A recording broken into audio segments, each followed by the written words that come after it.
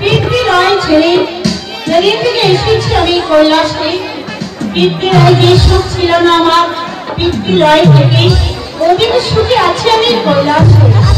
জয়া বিজয়া সন্দীপ ইঙ্গিত সারাক্ষণ আমার পাশে থাকে, আমাকে মা মা বলে ডাকে। ওদের মা ডাক শুনে ভুলে গিয়েছি আমি আমার পিতৃলয়ের কথা। ওই জয়া বিজয়া আমি সন্দীপ ইঙ্গিত, আমি তো তোদের একাই মা নই, আমি যে জগতের মা, আমি যে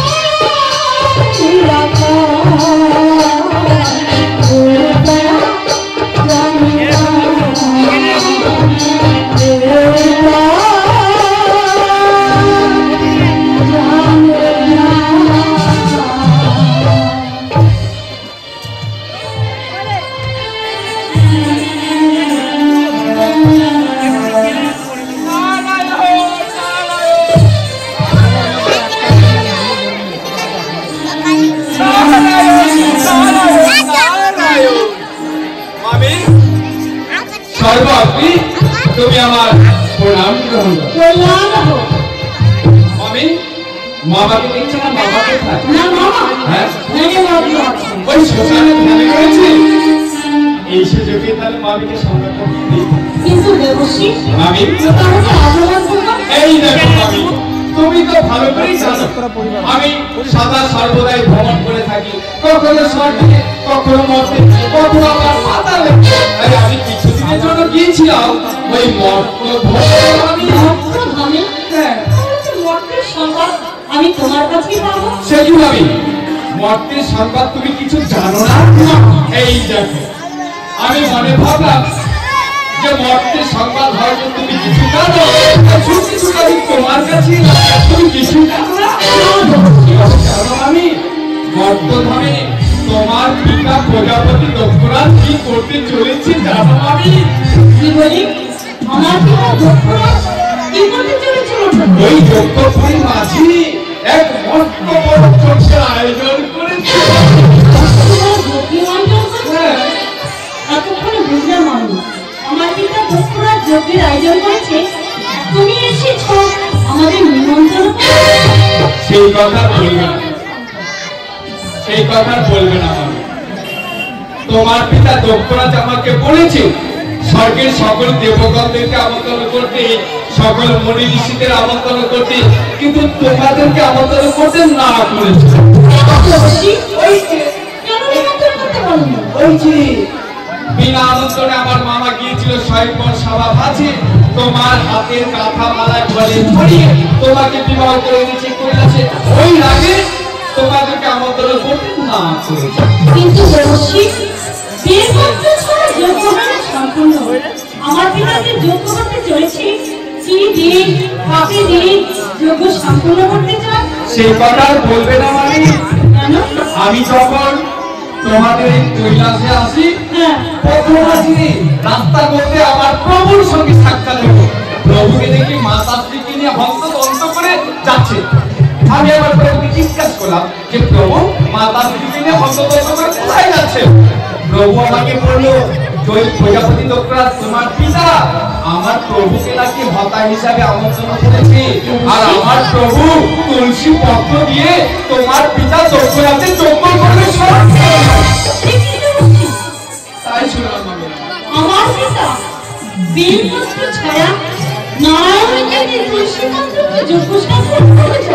এটাই প্রভুর মুখে শুনলাম আমি। কিন্তু দেবশ্রী আমার পিতাকে যজ্ঞ করতে চলেছে, এই যজ্ঞের হোতাকে, এই যজ্ঞের হতা স্বয়ং আমার প্রভু গোলকপতি নারায়ণ। দেবশ্রী স্বয়ং নারায়ণের যজ্ঞের হোতা, কিন্তু যজ্ঞের কি নাম দিয়েছে? সেই কথা বলবে না মামি। আমার মামাকে অপমান করার জন্য তোমার পিতা ওই যজ্ঞের নাম দিয়েছে শিবকে। আমার পিতা আমার স্বামীকে অপমান করার জন্য এই যজ্ঞের আয়োজন করেছে। হ্যাঁ। এত বড় সাহস আমার পিতার, আমার স্বামীকে বলে অপমান। আমি শোনো দেবশ্রী, তুমি কি আমার পিতাকে বোঝাওনি? সত্যি যদি মহেশ্বরকে ছাড়া যজ্ঞ সম্পূর্ণ করে আমার পিতা ধ্বংস হয়ে যাবে। আর সেই কথা বলো না মামি। তোমার পিতা দক্ষরাজকে আমি কতবার বুঝিয়ে বললাম যে প্রজাপতি দক্ষরাজ আপনি যদি যজ্ঞ সম্পূর্ণ করতেই চান তাহলে আমার মামাকে আমন্ত্রণ করে দিয়েছেন, কিন্তু না, আমার কোনো কথা শুনলেন না। আমার উপরে রেগে গিয়ে বললেন যে ওই গোলকপতি নারায়ণকে দিয়ে যজ্ঞ সম্পূর্ণ করে আমার মামাকে ঘোর অপমান করলো। দেবশ্রী কি আমি কখনো সহ্য করতে পারবো না দেবশ্রী। হ্যাঁ মামি, এই বলছিলাম কি তোমার পিতা তোমার উপরে রাগ করেছে, তুমি তো তার কন্যা, কন্যা হয়ে পিতার উপরে কি অভিমান করে থাকতে পারো? এই বলছিলাম একটিবার তুমি পিতৃলয়ে গিয়ে তোমার পিতাকে বুঝিয়ে বলো, তোমার কথা রেখে হয়তো যজ্ঞ বন্ধ করে দিও। কি বলেছো দেবশ্রী? পিতা হয়তো আমার প্রতি অভিমান করেছে, কিন্তু কন্যা হয়ে আমি কেবলমাত্র অভিমান করতে পারি পিতামাতার উপরে। হ্যাঁ মামি। বিলম্ব না করে আমি যাবো পিতৃলয়ে। বলছিলাম কি ওই বাচ্চারা তোরা এদিকে গিয়ে আসা পিতৃলয়ে যাওয়ার আগে তুমি কিন্তু মাতার কাছ থেকে অনুমতি নিয়ে নিও। কারণ এই জগতের সকলেই তোমাকে বলে তুমি সতী নারী, আর মামার অনুমতি ছাড়া যদি পিতৃলয়ে যাও তাহলে সকলে তোমার সত্যি কলঙ্কিনী বলে ধিক্কার দিবে। ঠিকই বলেছো, আমি মহেশ্বরীর কাছে রাজেশ অনুমতি নেই, আমি যাব পিতৃলয়ে।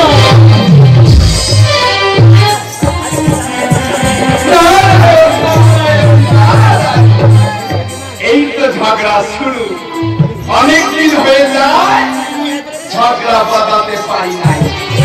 এবার যবে সুযোগ পেয়েছি ঝগড়াটা কিন্তু একটু বড় করেই বাঁধাবো। প্রজাপতি দক্ষরাজের সঙ্গে আমার মামার ঝগড়া হবে, এইদিকে আমার প্রভুর সঙ্গে আমার মামার ঝগড়া হবে। ওরা সকলেই ঝগড়া করবে আর আমি দূর থেকে বসে বসে শুধু ওদের ঝগড়াই দেখবো। কারণ এবারে ঝগড়াটা অনেক বড় করেই সর্বনাশ। আমার মামিকে তো সংবাদ দিলাম, আমার মামি তো সংবাদ পেয়ে ছুটতে ছুটতে চলে গেল মামার কাছে। এবার মামার কাছে গিয়ে তো পিতৃলয়ে যাওয়ার অনুমতি চাইবে। এবার মামা তো বলবেই যে এই সংবাদটা কার করে দিয়ে দিল তুলে, আর মামি তো যে ভাগা নারদ এসে ওই সংবাদটা দিল আমার কর্ণে। মামি যদি এই কথা বলে দেয় আমার কথা, মামা কিন্তু বুঝতে পেরে যাবে যে ভাগনা নারদ ঝগড়া বাঁধানোর হয়তো কোনো ষড়যন্ত্র করছে। সর্বনাশ, মামা বুঝে গেলে এই ঝগড়া হবে না মত্ত ভাবে মাঝে। তাই মামি মামার কাছে যাওয়ার আগে আমাকে যেতে হবে মামার কাছে। মামার কাছে গিয়ে এই সংবাদটা মামির আগে তুলে দিতে হবে কর্ণে। তাই বিলম্ব না করে এই মুহূর্তে এই স্থান পরিত্যাগ করে আমি যাবো মামার কাছে ওই শ্মশানে।